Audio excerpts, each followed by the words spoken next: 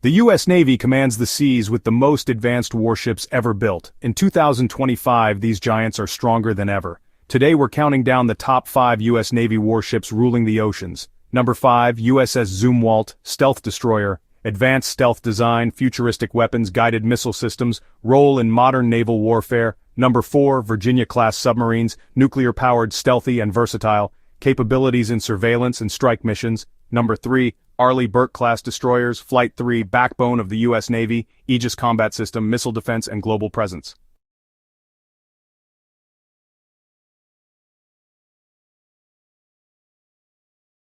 Number 2, America-class amphibious assault ships, mini aircraft carriers, deploy Marines, helicopters, and F-35B stealth fighters.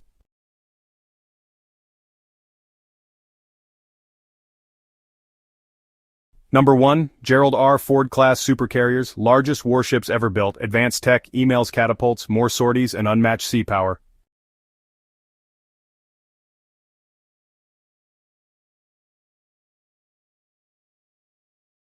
Recap of the 5 warships: Virginia submarines, Arleigh Burke destroyers, America-class assault ships, and Ford-class supercarriers.